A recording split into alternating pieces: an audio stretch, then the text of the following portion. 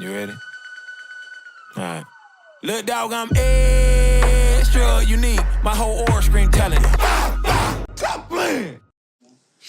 Another edition of the Underrated Podcast, Shannon Shorter. Dayon Dunlap Sr. We got a very special guest out the city, Mr. Mo City's own, Mr. Give Me My Flowers, Mr. Top 2, Not 2, Grill Institute, entrepreneur. You know what happened when the gloves come on, my boy Oblivious Jones. What's going on, man? It's good to see you, family. It's a pleasure that you on. It's a pleasure that you jumped down with us. Yeah. And that you on the pod with us, bro. Man, I really appreciate you. Pleasure and an honor to be here. Amen. Amen. For sure. Man, first question we always like to, I guess, is how are you underrated? Man, it's people not knowing for real. People not knowing. Just, really your whole life, really just you get to showcase your talent in front of a small audience, not really being pushed in front of like a big crowd. So of course, like a person that don't know, you know what I'm saying, you're underrated off top. You come in the game underrated. I want to get to the real off top. Like, Can you take us back to Mo City? Yeah. Take us back to them days when you was in Broadgate. Take us back to 7200. Yeah. Take us back to them days. Man, it was treacherous out there. Grew up in a blood block. Back in the day, you know, banking was like, it was serious. Not like how it is in Cali, but definitely serious out here. And just trying to maneuver through and make it out for real. As a youngster, seen a lot of stuff growing up that 7, 8-year-old probably shouldn't see, but it helped mold me, you know what I'm saying, to be the man I am today, for sure. Let's stay into this. So what made you jump off the porch when you did? Was it influences? Was it environment? Was it not feeling the love in the house? Like, what made you jump off the porch? No, I definitely had the love. I guess just being a product of my environment, really. And a little bit of influence, like I'm the only child. So shit, my big cousin was like big gangster to me. And so I took the path that he took, you know what I'm saying? And jumped down with Hoover. But it was like me and my partners really, so it wasn't like major for me because I was already hanging out with the people that I was already hanging out with. Real life. So shit, it just happened natural for real. Oh, Come as you begin now as an adult, Right. looking back on some of that stuff, what was some of those early situations that maybe you look back and you're like, okay, that was a life-changing experience for me that caused me to make certain decisions, but in that moment, you didn't kind of even realize it? Man, now we was beefing, just beefing with some neighborhoods right down the street from each other for real. And I was a lifeguard at the time, summer job or whatever. And me and the guys, they'll come to the pool with because it was like, I worked in like an enemy territory. So the guys will come hang out with me every day, just on some, you know what I'm saying, chill shit. And the one day I didn't come, they had jumped my little partner. We pulled back up, dudes left, and then like later on down the line, I'm chilling at the pool with my people, my mama there, my son there. I think one of the big homies had just got out of jail, so they want to come to the pool swim. Oh, y'all pull up, boom. One of the guys pull up to I ain't seen him because he supposed to have been looking for me. So I'm here. So I confront him through the gate and kind of like he walks around the gate. I'm walking through the where you change at in the at the pool or whatever. And I pushed the gate open. He had a tick to my face. I guess he picked it up and he had put it in the grass or whatever. So I'm just like, I mean, if you're going to do something, do something. Mama right there, son right there, my partner's with me, holding me back. He didn't do nothing. He walked off. I drove my brother's car. He was out of town. Ran my brother's car, moved some stuff around, got what I needed to get. And like I said, by the time I did all that, he gone. So I guess that kind of like shifted to the trajectory of like what I needed to be doing and how I needed to be moving. You know what I'm saying? Because a scared dude will shoot you before a real dude would. So, and like I said, everything could have changed that day in front of my mama, in front of my kids, for my partner. So that story you just gave, is that the line from growing up? Yeah. 25, you had a text to your face, you thank God to be alive. Yeah. Amen. Amen. That's a blessing. So that shifted everything for you. Yeah, Whole yeah. mental space. Yeah, look, yeah. I mean, because I was already balling, so we was the stuff that we were doing. I was still an athlete at the same time, so the mischief and the stuff that I would get into, it wasn't really that deep into it because I was still, you know what I'm saying? I was still, they was like, hey. Had 1 foot in. Yeah, hey, you got an all-star game tomorrow. Yeah. You know what I'm saying? You can't. Looking out for you. Yeah, you can't be doing all that. One time we shooting a teal run. We about 20 cars deep. We all get pulled over. Everybody outside of handcuffs. Hey, officer, my little bro got a game later on. We gotta let us go. I mean, they let us go or whatever. We go back to the hood, but like I said, it's just certain things that we could prevent, certain things that we can't. We already outside, and it's just how What age did you become a father? My senior year in high school. So you have a father, 17, 18? 17, 18 years old. Ending my senior year, and my son was born March 30th. And you spoke about that situation where your son was there. Now, as an adult, being a father, how are you impacting, or how did you, as a young man, as you was growing when you were 21, I'm sure you were different when you were 25, to be able to, like, you know what, I don't want my son to be in this environment or having some of the same experience that I have. I think that's important for us Black men to not only highlight some of the traumas that we've been through, but talk about how we made it through and how we teaching our young to not go through that same route. Yeah, man. I mean, it's more for me. It's like, you know, it's talking to, giving him a stern talking to, and I see a lot of me in him. Of course, you know, kids these days are very influential. They're a little bit different from how we were when we were growing up. So just try to help navigate him through it. You know what I'm saying? And he's having a lot of issues with, like, I guess, wanting to fit in. You know what I'm saying? Smart kid. Yeah, smart kid. Got his head on shoulders, but those aren't the most likable guys. Those aren't the kids that the girls really want to be around. So, you know, here he is, you know, I had to tell him, like, you trying to be something that you're not to impress somebody that don't really like you for you. You know what I'm saying? When at the end of the day, she gonna go find, you know, a bad boy or whatever, somebody that's really about that. And then now you done slipped on your academics and you out here looking silly to try to be something that you're not. And on top of that, ever since he was a kid, we do the back to school drives like once a year. So I used to be a part of the problem. Now I'm trying to be a part of the solution. You know what I'm saying? So, and I do that with the back to school drives and Sharks Helping Santa, where once a year or around Christmas time, I post on the gram or post on Facebook to see, like, what families are in need. And then, you know, people will send me like 10, 20 families. I think the first time we did it was 15, and we kind of scaled it back a little bit after that, did like 8 families. And we just find generally new or generally used clothes, pack them in a U-Haul, and on Christmas, me and my mans will drop them off to each family, house like toys and stuff like that, just stuff that they need.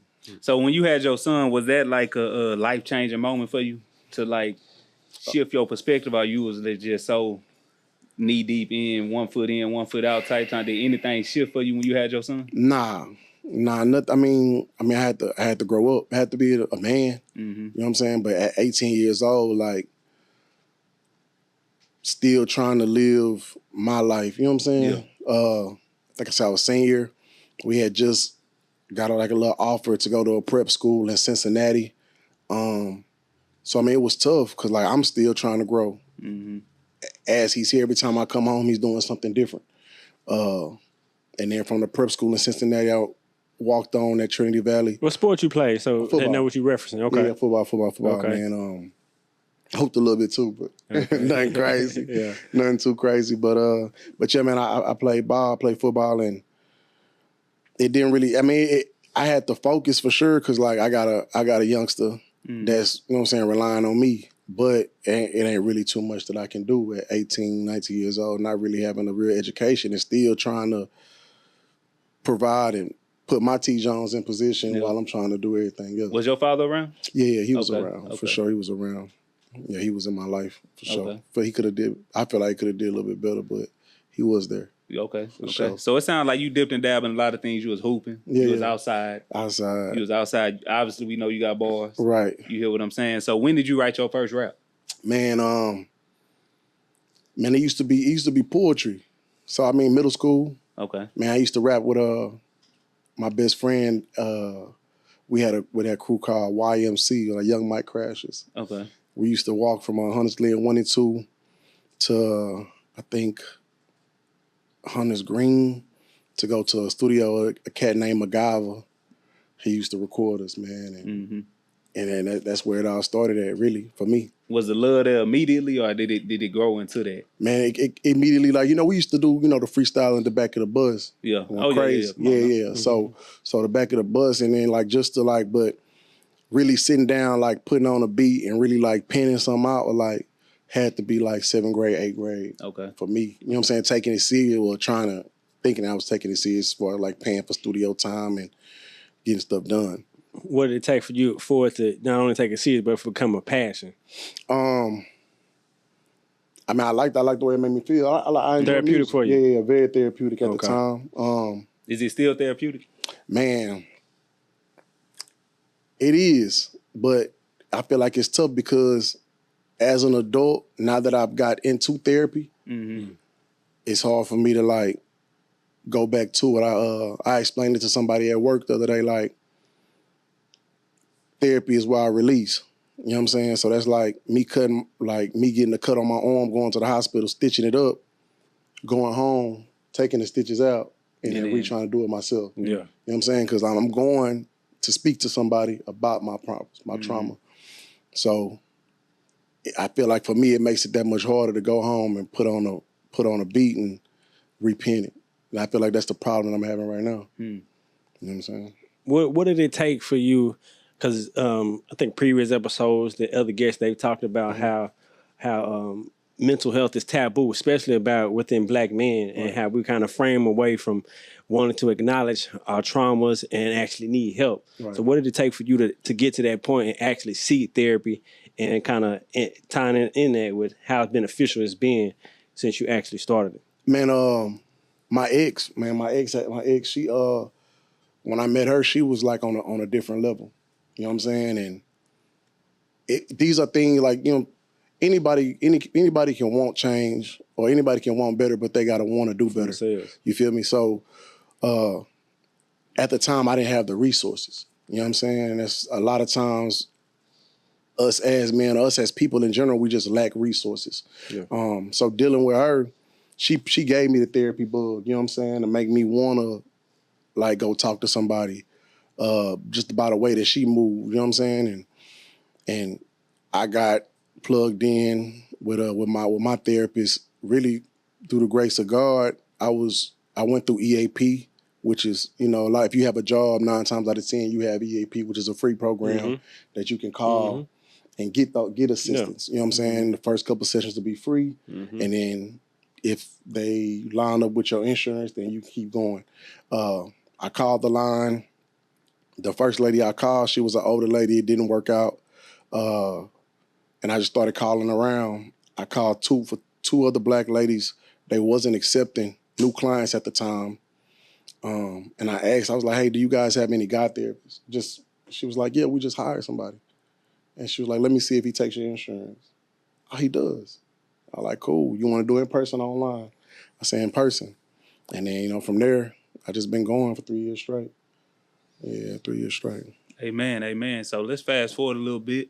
Obviously, you said it's a struggle for you to put out some music, but you in the process of putting out new music. Yeah. I got some stuff I'm sitting on that the city needed. Yeah. You feel what I'm saying? Like I'm like I told you years ago, I'm a fan. Right. I really appreciate what you're doing, the craft. I feel like you got a real story. Right. You feel what I'm saying? So it resonate different when you know it's coming from a real place. For sure, for sure. So like, just explain what you got coming, what you got planned. If you don't even want to go in deep into it, you don't got to. But No, man. We got new music coming this year for sure. Just trying to package it right. I haven't really dropped since I think 2021, man, and just is just trying not to overthink the process of like putting it out and really just like letting it flow free. I got some artwork coming for a track, and I got my video guy coming back in tomorrow, so I should be shooting a video within the next couple of days and packaging it up, video and Apple Music with the sound. So we can get back rolling. With the therapy, and you kind of talk about, well, you mentioned how it was tough to record. Is that from being conscious of not want to push certain material, but wanting to show your growth and maturity? Is that kind of where the challenge lies, or is that what to expect with the new music coming? Yeah, we're just trying to see how to package it. You know what I'm saying? Because like I'm not that 18 to 25-year-old kid. You know what I'm saying? Struggling, trying to figure out how to make it.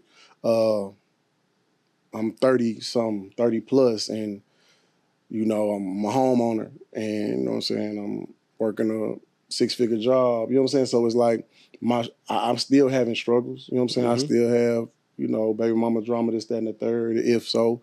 But it's like, how can I package it to make it relatable for the people for my consumers that have grown with me over the time? And I feel like, you know, the new music does showcases growth. My concern is putting it all out there and then not being able to recoup or not being able to What you put in? Yeah, keep it going. Because I haven't rapped since 2021 for real. So I don't want to just drop 10 tracks on y'all and then be gone for another 4 years. You know what I'm saying? I want to try to be able to keep it going. Because I know people hit me all the time, you know what I'm saying, asking for new music or merch or whatever it is that I have. So, it seemed like you got your hand in a lot of things. Right. Like just a natural born hustler. Right. First of all, where did that spirit come from? Man, just it's in me, not on me. You know what I'm saying? Like I grew up around hustlers. And you know, cliche, but you know, watching my T Jones work 2-3 jobs to provide and just wanting to help out. You know what I'm saying? Like not being okay with like sitting around and like letting some stuff go to the wayside. I just learned early that, you know, you got to get your hands dirty. What about I know, because I know you're an entrepreneur, got your clothing line and different business ventures.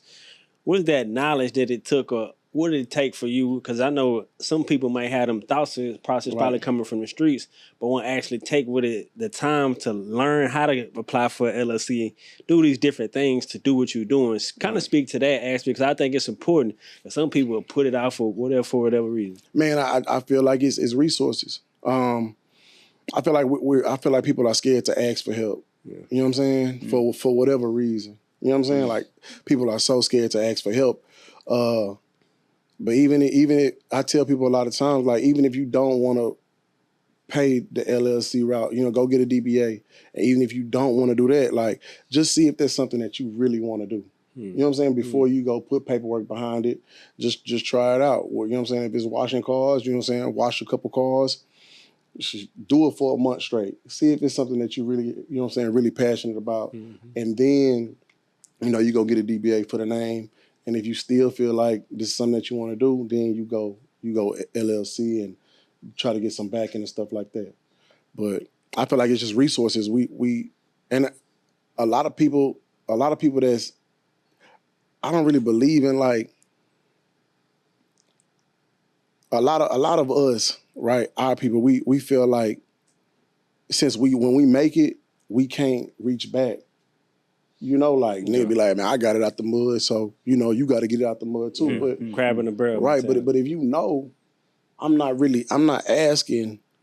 You know what I'm saying? X, Y, Z. But if you can give me X, Y, maybe I can figure out Z. You know what I'm saying? Yeah. You give me something. Something. Yeah. But the whole crab in the bucket mentality is really failing us now. If you see somebody that's really trying, right? You see somebody that's really hustling and that's willing to take his want to take his business to the next level, you help those people out. But I can see, you know what I'm saying, if it's a knucklehead trying to, you know what I'm saying, but even still, use your intuition and use your discernment to see, like, because you helping that knucklehead out, you giving that knucklehead that game may change the rest of his life. Mm-hmm.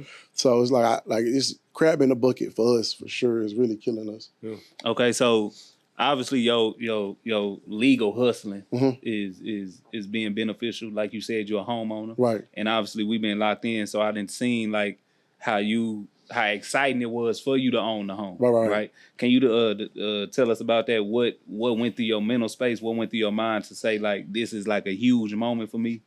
Man, I just feel like it was something that, of course, that needed to be done. It's not a lot of black men, you know, moving strategically. You know what I'm saying? And but it's also tough. We don't really know how to maneuver through the finance side of purchasing a home. You know what I'm saying? We feel like it's easier to just get an apartment. You know what I'm saying? But my realtor, you know what I'm saying, Tyler White, he will always tell me, like, bro, the money that we spending on these 1-year leases, or, you know what I'm saying, every month, you could be putting that to a mortgage, and then it could be ownership. So I just buckled down. I've been working super hard at the J, man, and trying to get everything in order.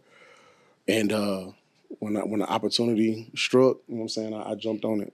So like I said, super exciting to just be able to, so my kids can have something to call their own, you know what I'm saying? And, you know, my mom, she can come over, you know what I'm saying, do whatever she needs to do, stay if she wants to, you know what I'm saying? Like, it's mine, it's ours. So, what does top two, not two mean to you? Man. Because I hear you say it a lot. Yeah. For the people that don't understand, I mean, obviously, it could be cliche, but what does it mean to you? Man, I feel like I'm the best. You know what I'm saying? Like, I am top two, not two. You know what I'm saying? Like, so it's only one or two, and I'm not the two. I'm the one for sure.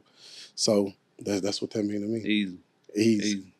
I think that's an identity, and each person can have within themselves is first knowing that they're capable, right? And to hear you now be beside you, I think I can feel that aura. Mm-hmm. How is that within work and within everyday life as a black man, homeowner?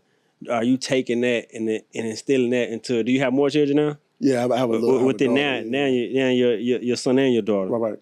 Man, it's just I feel like it's like you said, it's an aura. You have to believe within yourself first before anybody else will.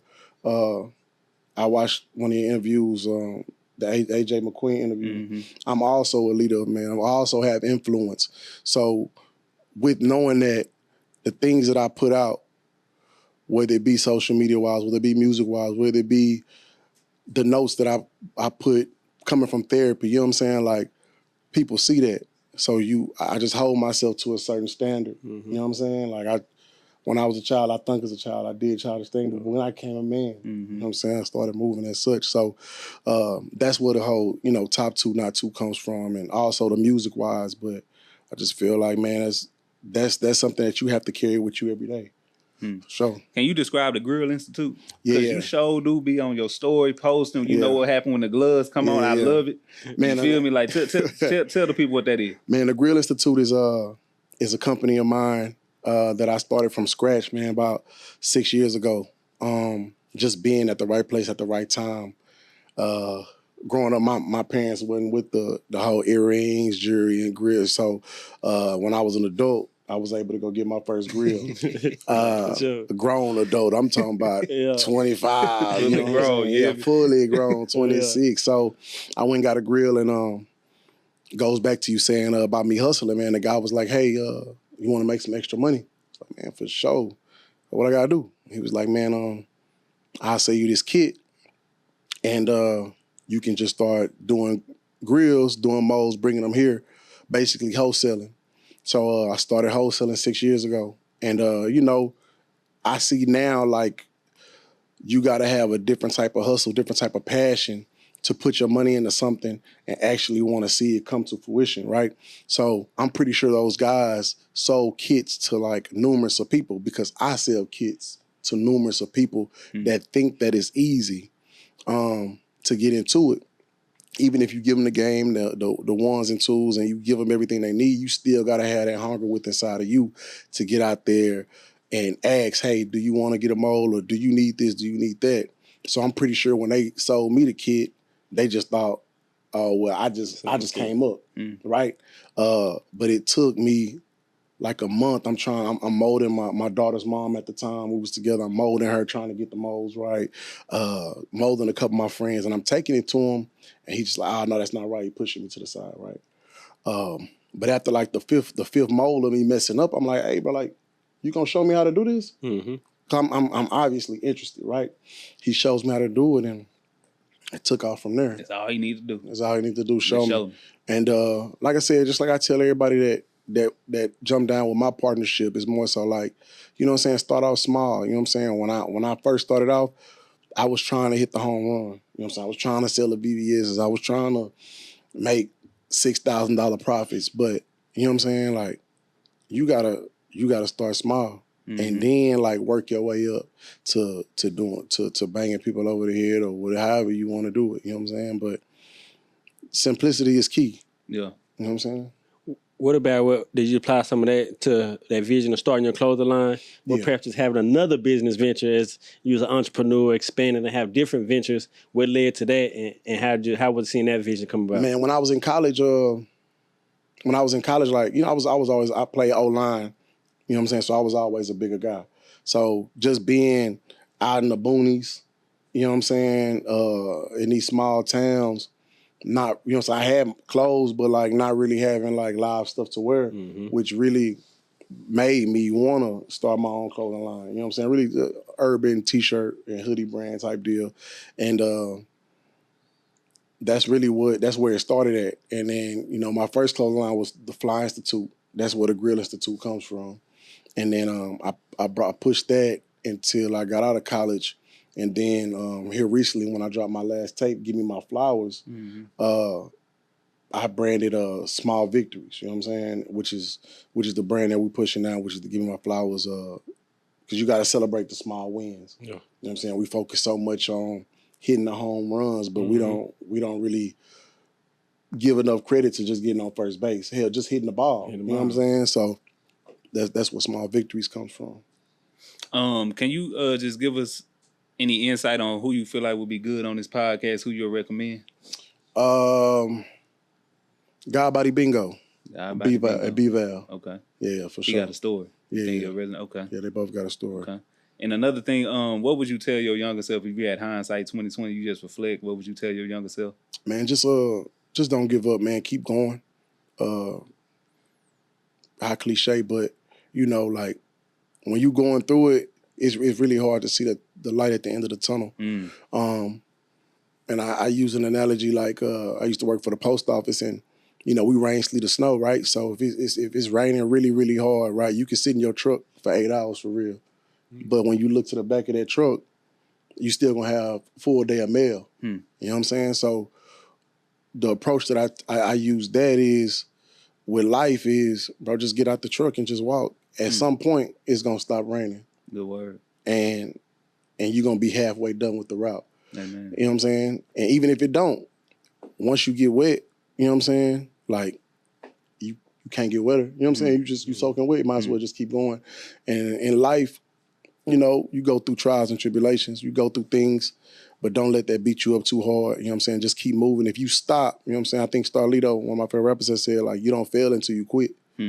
So as long as you keep putting one foot in front of the other, you know what I'm saying, at some point, it's going to get better. Thanks. For sure. One last thing, we usually don't do this, but I just wanted to ask you, can you give us a hot 16? Yeah, I could. Let's see. This lyrical homicide will be televised. Know some bad dudes to some better guys. Bro, a shooter with one eye, call him Fetty Wap. White chick with some big tits, call her Betty Bop. Know a couple niggas that be selling crop shit. I'm trying to flip, let's invest in stock. My little chick mad, say I ain't got time. Well, I bought her a better watch. Just caught me a Porsche, put it on Pokemon, trying to catch them all. And I'm going so hard, I gotta pay my mama bills. I can't let her down. I know a couple niggas that try to stunt. But I'm on now. Jones. Yes, sir. Shannon Shorter, another edition of the Underrated Podcast. Mr. Top Two, not two himself. Mr. Give Me My Flowers. Please. Oblivious Jones, I appreciate you just blessing us with your presence, bro. That go a long way with me, bro. For sure. Me and Dayon, bro, that go a long way, bro. Man, definitely appreciate it, bro. You got a great story of overcoming adversity, 100%. having strong-minded and expanding, showing that anything is possible no matter where you come from, and you can work a job, and you can be an owner, you can do multiple things while inspiring to be the man and a man for your family. So that's incredible, brother. Man, one of my college coaches told me, man, back in the gap, man, when you see adversity, you adjust, you adapt, and you overcome. Yes, sir. And then that stuck with me forever. You know what I'm saying? You gotta Love, adjust, respect, bro. A lot of love for you, bro. Real life. For sure. Likewise. Tune in to the Underrated Podcast. Like, subscribe, comment. We always gonna be popping out. Show up, show love to us, and see y'all again next time.